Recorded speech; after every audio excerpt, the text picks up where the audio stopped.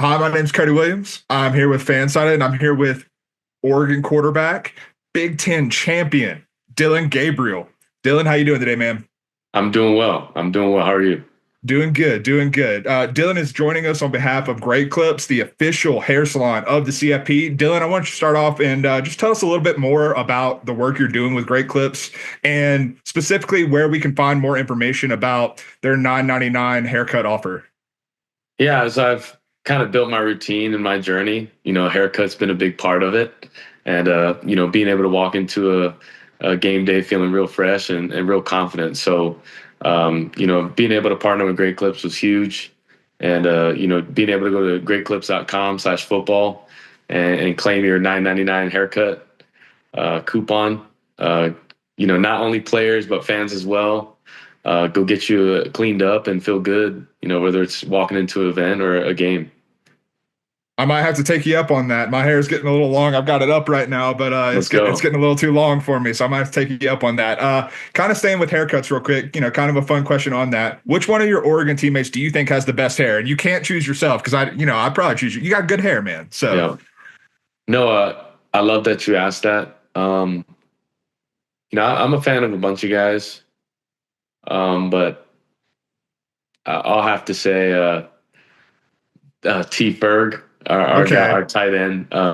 He's got a similar hairstyle as me, so I Mhm. appreciate the look and knowing what it takes to keep that up. There's some difficulty with that, but we support one another when there's a good haircut day, and when there's a bad one, we definitely remind each other, when to go get cleaned up.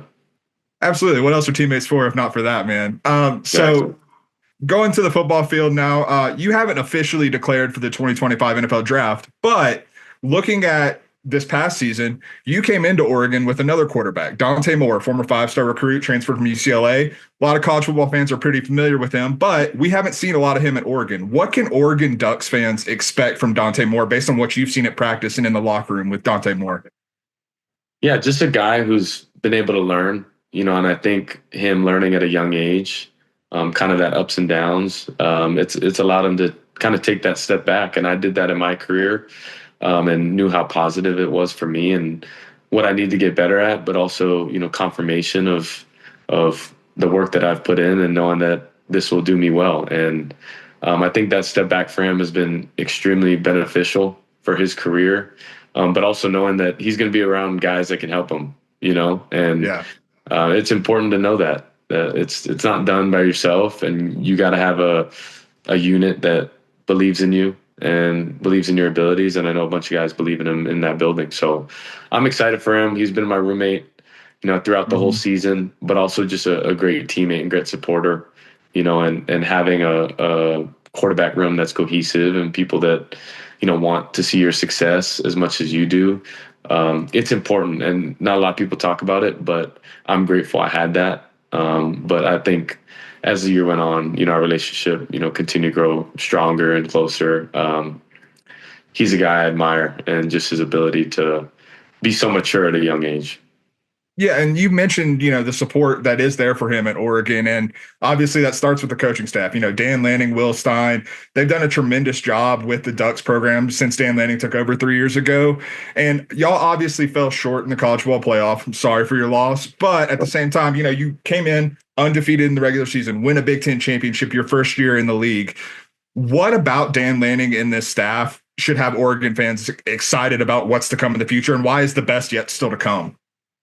Yeah, he's young. He gets it, and I think there's not just one way to do it anymore, Mhm. and I think everyone thought that there's this copy paste, Mhm. but every situation is unique, and university and organization and in where they thrive. And I think he just understands Oregon in that way.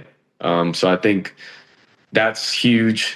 And more Yeah. importantly, he's a guy that wants to be there, and there's a lot of coaching changes. There's a lot of movement, not only as coaches, but rosters, and having Mhm. something that's consistent and there, and people that can commit to a program knowing that you got a coach that'll be there for your 4 years. That's important as well. So consistency, but more importantly, he's a guy who knows how to coach. He knows how to challenge people in probably the most NFL like experience that I've had. And you appreciate that because he's getting you prepared for the next level. So a lot of ownership as players, and kind of here's the keys, go run it.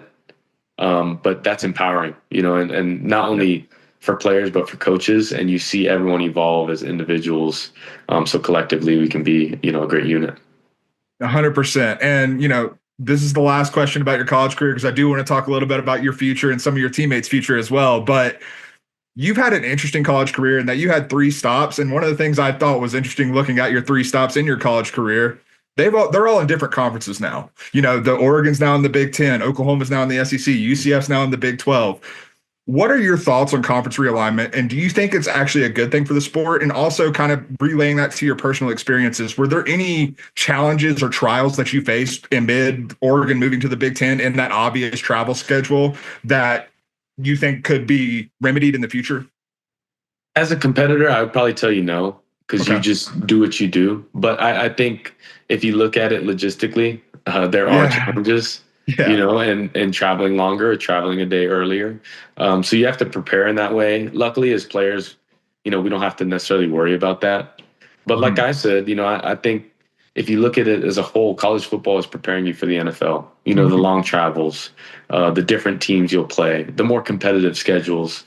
These are all things that not only players want, but fans, coaches, the whole nine. Maybe not coaches, actually, but I think that ability to have that, that's why you're seeing so many guys stay for longer and get more experience, so that when you go to the biggest interview of your lifetime, you're prepared as much as you could be, and there's a lot of benefits to that. So I think you could talk about it for hours, honestly, of all of it. But for the most part, it's more intriguing. It's new matchups.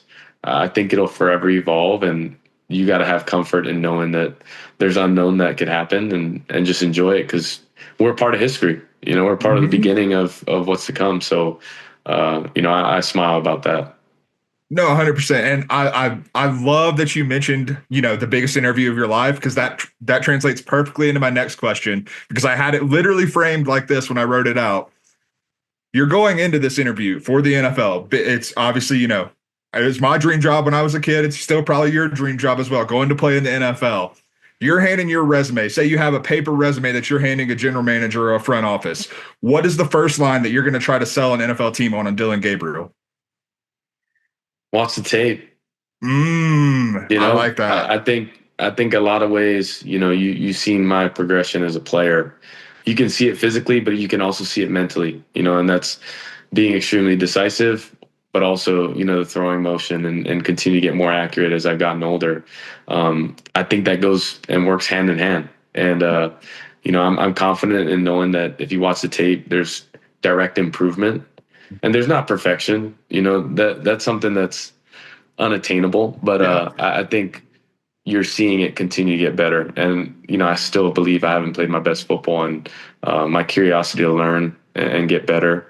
I know there'll be a learning aspect just in that transition, and that's for anyone. But I also know that my experience has me best prepared for that transition. And I'm excited for it. It's something you dream of as a little kid, but I also know now that I'm sitting right here, it's like, I definitely dreamed more than just getting there. So, like I said, I'm super excited to know that the work is all in front of me, and just being right where my feet are, and being comfortable with the unknown will allow me to be successful. I love the watch the tape answer, man. That's good stuff right there. So you're obviously not the only player from Oregon that's going to be going to the NFL, going to the next level.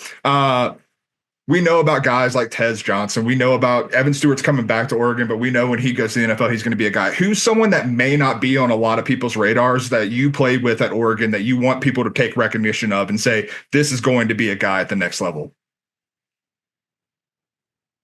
Gosh, I feel like, I'm going to say this, but I feel like it's already noticed. So I might be hot take that way. But there's 2 guys. I think our left tackle, Josh Connerly. I've been around 2 first-round tackles in my career, and been around a bunch of draft picks on the O-line. So I'd like to say I know what it kind of looks like. Yeah, absolutely. And, I think JC's just a great combination of agility, but power, and the way he moves. You know, I heard this a little, times ago of like, if that O lineman has small ankles and he's unbelievable on the court, on the basketball court, then Yeah. and all the guys I've been around, it's stayed true. So maybe there's some truth to that, but I think he's a guy that is going to have a lot of success. And I'm proud of him and glad I got to play with him. And then another guy, T. Ferg, I think he's thought after pretty well, but also, just being around a tight end that can do so much, and his ability to play with speed and power, and also be a reliable blocker. It's one of the toughest positions, I believe. Oh yeah. Physically, and he makes it look easy. So those are two guys that I think are and sought after, but I just respect more than that, and their talent is just who they are as people and their work ethic. You appreciate that as a competitor and know that they're not just good because they're talent. Like they put in the time, the effort, the work, and it makes them that much better. Right. They're not just showing up and giving you what they are as NFL draft prospects. They're putting in the time. So obviously, you had a storied career. Like you said, you played with first round talent at other stops. But I want to talk about players you've seen on the opposite sideline. Who's like the one guy that just sticks out in your mind when, as soon as they stepped on the field, you're like, oh, that guy's different. That's a different type of cat right there. Yeah, I'll probably have to go back to like when I was a freshman. Okay. And I was pretty oblivious, and you receive depth charts and you're like, oh, okay, like we're playing these guys. And, I remember just getting to Cincinnati my freshman year and even sophomore year. And, I think a lot of these guys didn't have hype because of the group of 5 level. But, you a snap of finger, you look up and these guys are playing really well in the league. So I'd say guys on that defense were extremely talented. But I remember one of those big ass linebackers I saw, and I'm like, oh shit, that first snap, you're like, oh, okay, it's about to get down, let's go. So it was funny, but I think that was just my young self that was figuring out what college football entailed. No, 100%. I mean, it's the, welcome to college football moment for you. You see those guys across the sideline or across the line. One more question for you. Got to ask it. The 4 teams remaining in the college football playoff pretty well. You and Oregon played Penn State this year. Y'all played Ohio State this year twice. And then you with your experience at Oklahoma, you played against Quinn Ewers in Texas. Who do you think is going to win the national championship? I think there's wrong answers only here. Oh, absolutely. But I think it'll be interesting. I do think in some way there's potential for it to be a Big Ten national championship. But I think when you look at these matchups, it's who comes to play that day, and that's time and time again, who's going to have the most explosive plays. So more importantly, I'll be watching that, but I wouldn't be surprised if it's another Big Ten matchup. So that's what I'm predicting. So I'm right there with you, man. Dillon, I really appreciate the time. This has been great. And best of luck to you on, the combine, the draft process, and everything you got coming up, man. Thank you, my man.